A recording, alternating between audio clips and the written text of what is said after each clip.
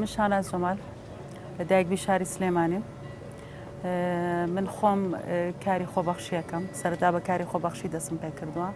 مامۆسای بەشی چاکسازی ژنانم لە گرتوخانەی هەولێر و بە دەرلەوە ئەوە وای لێ کردم کە من پرۆژەیەکی کە دروستکەم.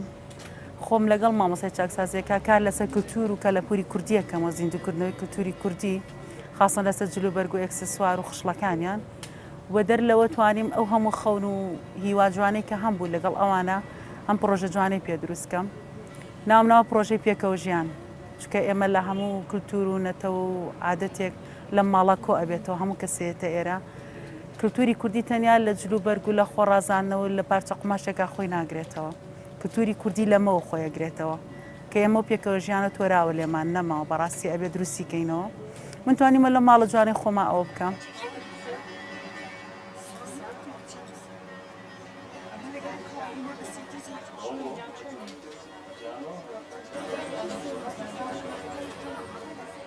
سود و گرنگی و کارە زۆرە یەکێک لەوانە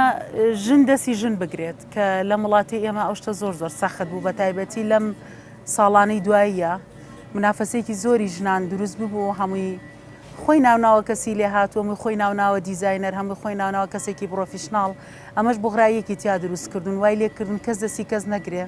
وای لێکردون کەس نەیە توانەکانی خۆی بەخشێتەوە بە کەسێکی کە من هەمویان خۆیان شایەتن برادەرەکانم لەو توانای خۆم ڕۆژانە ئەبەخشم پێیان نەک ڕۆژانە سەعاتانە ئەیبەخشم پێیان و سوودێکی کەش لەوە ئەمەکو و ناوەندێک و بازارێکی خۆمانە دروستمان کردووە ئەو خاتونانی کە کاری دەستی خۆیانێ لە جاتی بچنە ناو بازار و شوێنە جیاکان هەتوان لە ماڵە بەرهەمەکانی خۆیان پێشکەشکەن و سوودێکی کەش لە سەر و هەموویەوە ئەوەیە کە لێرە ژن هەست بە ژنبوونی خۆیەکە بە هەموو واتایە.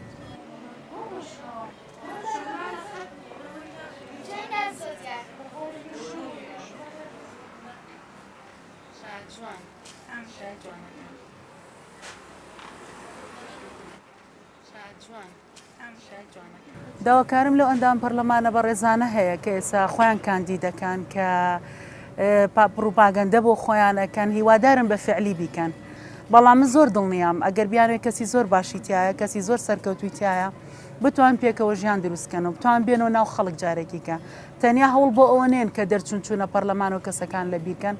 و بە تایبەتی ژنەکانمان کە لە پەرلەمانە داوای دەنگەکەن داوای پاڵپشتی ئێمەکەن ئەگەر ئەم ڕۆیمە بتمانەیان پێبێن هیوادارم سمێنێ بماننەوە چکاوم دەنگی گەلە ئەیبەنە ناو پەرلەمانەوەی خۆیان نییە و ئێمە ئەتوانین لەو ڕێگەوە خزمەت بە کولتور بکەین خزمەت بە نەتەوەکەمان بکەین خزمەت بە وڵاتەکەمان بکەین و شتێکی کە لە هەمووی گرنگترە فەرق و جیاوازی نێوان حیزبەکان نەمێنێ فەرق و جیاوازی نێوان کەسایەتیەکان نەمێنێ حیزب شتێ بێ پێکەوە ژیانی کەسەکان شتێکی کە بێ هیوادارم ئەم شتانە بەرەبەرەوە باش بوون چێ و گەشتبینیشم تا کەسی باشی وەکو ئەم کەسە جوانانی دەوروبەری من هەبێ دڵنیام جارێکە کوردستان باشە بێتەوە زۆریش.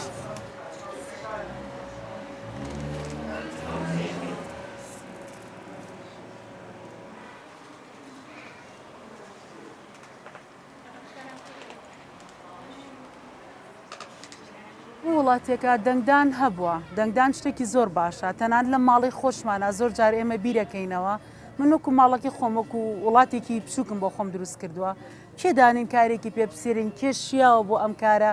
هیوادارم ئەم شتە بدۆزرێتەوە بزانین کەسی شیا و دەنگی پێ بدرێ بۆ جێگەی شیاو ئەمە عیلاقی نەبێ بۆ کە من دایکم مەسەلەن لەسەر حیزبێکە لەبەر دڵی ئەو دەنگ بم بە و یا هاوڕێکەم حیزبێکی نەخێر خۆت بیرکەرەوە کەسایەتیەکانە بینی کێ شایستی ئێوە کەسی باشیشی تایە و کەسی خراپیشی تایە هیوادارم هەمان بەرەسومەکانی دەنگان بڕۆین بەڵام هیوادارم کەسی شیاوی لەبێ کە دەنگی پێبین یعنی نەک کەسەکان لەو ئاستانە بن کە تۆ ئەو دەنگەتی پێ ببەخشی و گەشتبینیشم ئەگەر ئێمە و کەسە باشانە هەڵبژێرین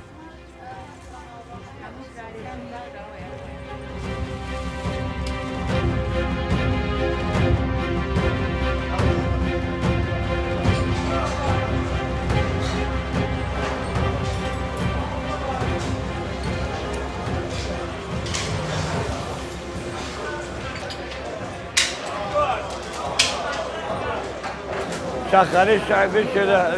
لە هەرە چاخانە کۆلەکانی شاری سلێمانی بە ساڵی 1950 لەلایەن باوک وەڵەدا مەزراوە کە ناوی وەستا شەریفی چاشی بۆ من کوڕە گەورەی ئێوانم ئێمە پێشبراکەمان لێرە ئیشەکەین ئەم چاخانەیە تایبەتمەندی زۆری هەیە بە نسبەتی کوردستانەوە جێگای هونەرمەندان و ڕۆشنبیر و هەموو چی تۆزەکانە شاخانەی شەعب ئەم شاخانەیە وەختی خۆی وا نەبوو شاخانەیەکی بچووک بوو لەو مەکتەبەیە بوو دوایی ئیتر لە دوای ڕاپەڕینەوە شاخانەکەمان ئاوا لێ کرد ئەم شاخانەیە بە تایبەتی ئەو خەکانەی کە ڕووەکەین لە جومعانە ڕووەکەن ئێرە ئەگەر ئەو کەسی یان لە دەروی وڵات ببێتەوە ئێرە سلێمانی ئەگەر لێدە شاخانەی شەعب وەکو ناتوێتە کوردستان وایە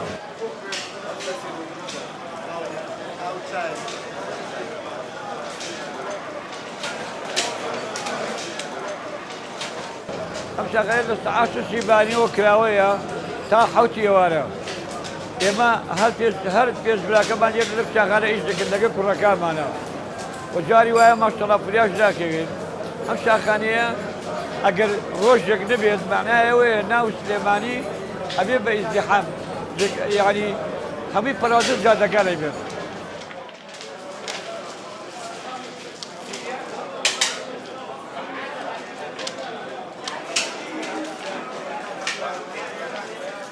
ئەو خوشکبرانەی کە لە پەرلەمانتارەکان ئێستا دەرەچن بە ئاوڕێ لە کەلتوری شارەکە بنەوە چۆن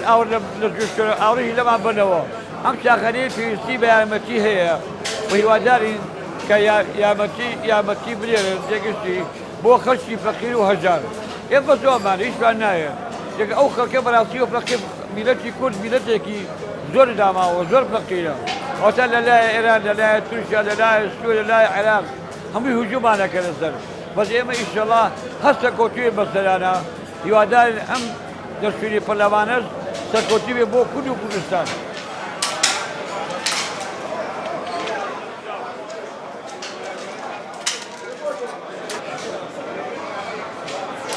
و هیوادارین داوا لە خەڵکی کوردستانی بەشتەرە بکەم لە ڕۆژی دەنگانە هەمویان پێستە سوێقی دەنگان هیچ عیب نییە ئێمە دەنگ بۆ کوردین دەنگ بۆ ملەتی خۆمانین یعنی بەڕاستی ملەتی کورد پێویستی بە دەنگی زیاترە تێگەشتی بۆی زاڵین بەسەر ئەو کەسانەیە کوا کوردیان ناوێت و ئینشەڵڵا سەرکەوتووە بین هیچ عیب نییە کە بچی بۆ دەنگان ئەو خەڵکە بژێنە کە شایستەیەوە کە خزمەتی ملەتی کورد دەکەن بە تایبەتی ئەو فەقیر و هەژارانە ئێتە هیچمان نایە ئێمە بەسەوە نەبێت هیوادارن سەرکەوتوو بن و ئینشەڵڵا سەریش دەکەوین بەسەر هەموو ئەو خەڵکایی کە ناحەزن بەرامبەر بە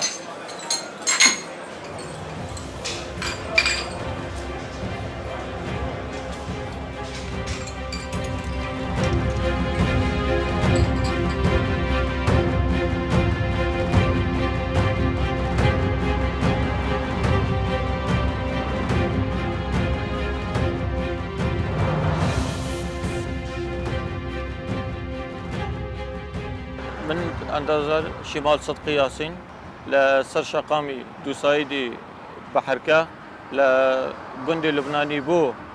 جادي تقاطعي جنجانستي كبدرجه 2 كيلومتر ونيو دروز ذكره بريني ام جاده هر سايد دو سايده هر سايده ب 14 متر ماوي بروژه 6 مانگا کوتاهی پروژه لروجي 15 12 کوتاهی روژی تابونی پروژه ان شاء الله به سرکوتی بو خدمت هولاتیان ام شقامه دکویت کار به شوی که باشی و دارم هولاتیانش بتوانن به باشی به کاری بینن و دور بین لهر رودا که هاتو چو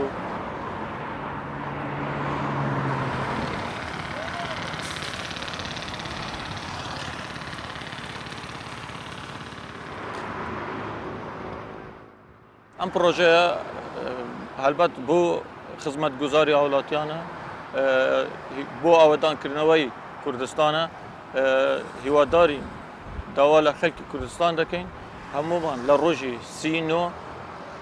که روجی هلبجاردنی کردستانه رول صندوقکانی هلبجاردن بکین دنگ بدین بو لیستی که خوشگذرانی و آودانی پیشکش به هولاتیانی کردستان دکا و جیانی خلق خوش دکا هیوادارین همومان پیکو بچین دنگ بدین